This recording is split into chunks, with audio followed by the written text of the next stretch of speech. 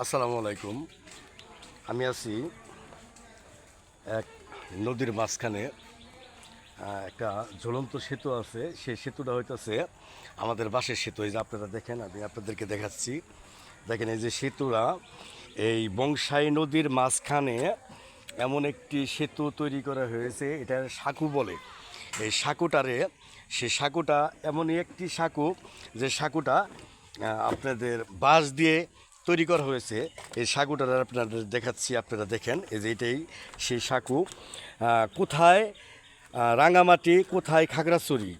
আসলেই সবচেয়ে থেকে তার থেকেও ভালো আমাদের এই বাঁশের সাঁকু।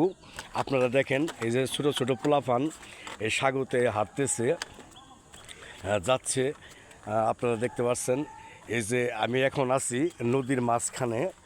এটা হচ্ছে নদীর মাঝখান। এই মাঝখানের ভিতরে এই যে নদী, যে দেখেন এই যে নদীর যে ঢেউ, সে ঢেউয়ে স্রোত আসতেছে।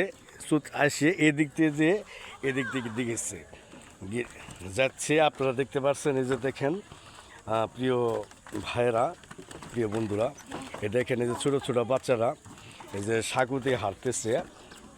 এটা হচ্ছে বাঁশের সাঁকু। এই বাঁশের সাঁকু খাগড়াছড়ি, রাঙামাটি আমরা যখন গিয়েছি, যে দেখেছি যে অনেক ঝুলন্ত সেতু আছে, কিন্তু আসলে সেটা ঝুলন্ত সেতু না, এটা হইতেছে একটা বাঁশের একটি সেতু।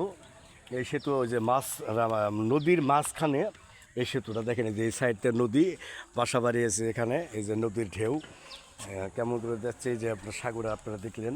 প্রিয় বন্ধুরা, এই সাঁকুটা কোথায়, কোন জায়গায় আছে, যদি আপনারা কেউ বলতে পারেন তাহলে আপনাদের জন্য প্রাইজ অবশ্যই অবশ্যই আছে। আর সেটা কোন জায়গায় আপনারা অবশ্যই অবশ্যই কমেন্ট বক্সে বলে দিবেন। ভালো থাকবেন, সবার জন্য দোয়া করি, সবাই আমার জন্য দোয়া করবেন। আসসালামু আলাইকুম।